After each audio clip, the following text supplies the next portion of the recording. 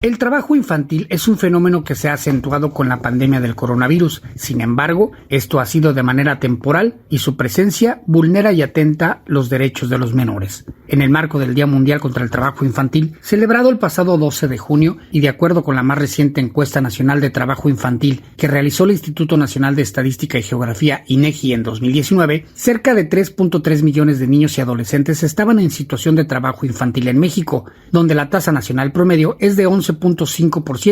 y Oaxaca es la entidad federativa con el mayor índice con 21.5, es decir, casi el doble de la media nacional, seguido de Puebla y Chiapas con 18.3 y Michoacán con 17.6. Las entidades federativas con menor índice son Baja California Sur con 5.3, Ciudad de México con 5.4, antecedida por Nuevo León con 6.3. En ese sentido, Jalisco se posiciona por debajo de la media nacional con el 9.9% de su población de 5 a 17 años trabajando, lo que representa poco más de 180,000 menores. Al respecto, el psicólogo Germán Alejandro Baltasar Pérez, titular de la Dirección de Protección a la Infancia del Sistema Municipal DIF de Puerto Vallarta, uno de los 117 municipios en todo el país que ha sido reconocido por trabajar en prevención de este fenómeno, señala que el trabajo infantil obedece a varios factores, principalmente a cuestiones económicas, pero deriva en su mayoría de la deserción escolar. Y una de las intenciones contra el trabajo infantil pues es que no deserten la escuela, que su educación siga, porque ese es un factor importante para que el niño no salga a la calle a buscar un ingreso. Obviamente, en lo global, pues tendría que haber menor pobreza, tendría que haber más empleo y tendría que haber más educación para que como país pudiera también desde ese rubro combatirse lo que es el trabajo infantil. Baltasar Pérez indicó que el año pasado se logró atender a 450 menores para evitar el abandono de las aulas al entregar igual número de tabletas electrónicas para que continuaran en sus estudios desde la virtualidad, dado el cierre de las escuelas por la pandemia del coronavirus. Sin embargo, la propia pandemia agudizó el fenómeno, pues el cierre de fuentes de empleo trajo consigo desempleo y con ello la necesidad de tener que llevar el alimento a casa. Fue así donde los menores tuvieron que contribuir al ingreso familiar, exponiéndose a la par a contraer el virus. ¿La pandemia pudo incrementar este fenómeno, aunque sea de manera temporal? Sí, así es, así lo creemos y afortunadamente creo que en cuanto se empezó a restablecer, o al menos que ahorita ya hay un poquito más de movimiento para poder restablecer la economía, definitivamente esa temporalidad pues tiende a desaparecer y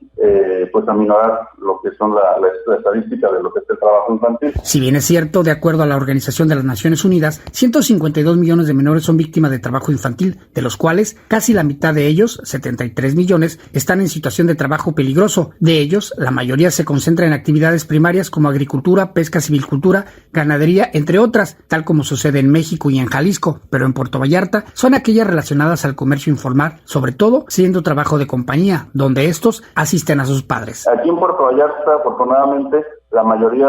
de los niños que se detecta, que algunos son de playa, en donde el papá vende plata o vende pan o vende algún producto que lo ofrece al turista, normalmente se localiza que van acompañados pues por sus hijos y que los hijos también lo ofrecen. El rubro que más nos preocuparía sería el niño que sale solo a la calle. Se trata de menores que han sido detectados principalmente en zonas como la colonia Emiliano Zapata, también llamada Zona Romántica, donde predominan lugares destinados para la comunidad LGBT, así como la delegación del Pitillal, conocida también como el principal centro de comercio de Puerto Vallarta. A pesar de que no existen cifras concretas a este fenómeno, detalló el director de Protección a la Infancia, durante el año pasado, cuando la pandemia estaba en su punto más álgido, se logró detectar entre 20 y 30 menores trabajando en cada uno de los 8 recorridos que realizaron por parte del personal de la dependencia perteneciente al DIF municipal. Esto nos indica que se debe redoblar esfuerzos para la prevención, destacó Baltasar Pérez, quien habló que el trabajo preventivo no depende solo de los gobiernos, sino de la atención integral entre gobierno y sociedad. El gobierno con programas preventivos,